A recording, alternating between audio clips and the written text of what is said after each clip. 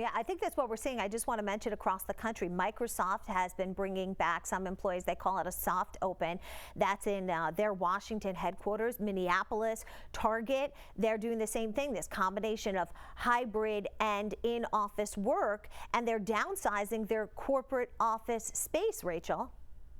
Yeah, and I think we might have talked about this last time we were here, but there's two questions. One is how do people behave? The other point is how do companies manage their real estate? We know that before the pandemic, offices were not 100% occupied. Hmm. We were probably in around 50 to 60% of offices had the number of people that were anticipated coming in actually came in on any given day.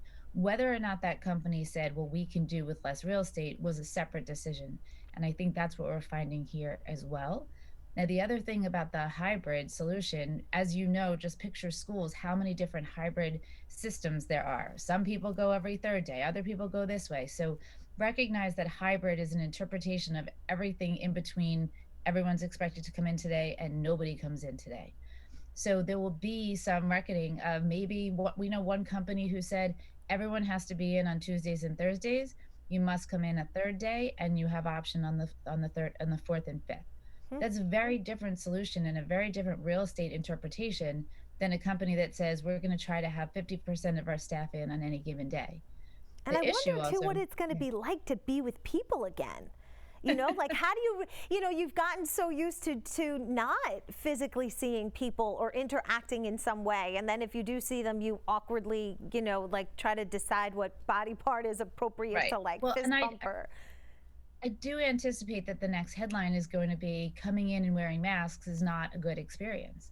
So this is not coming back and we flipped a switch to there's no such thing as COVID. So it's going to not only be weird to be in those rooms, but the on ramp back does not mean that it looks like it used to look.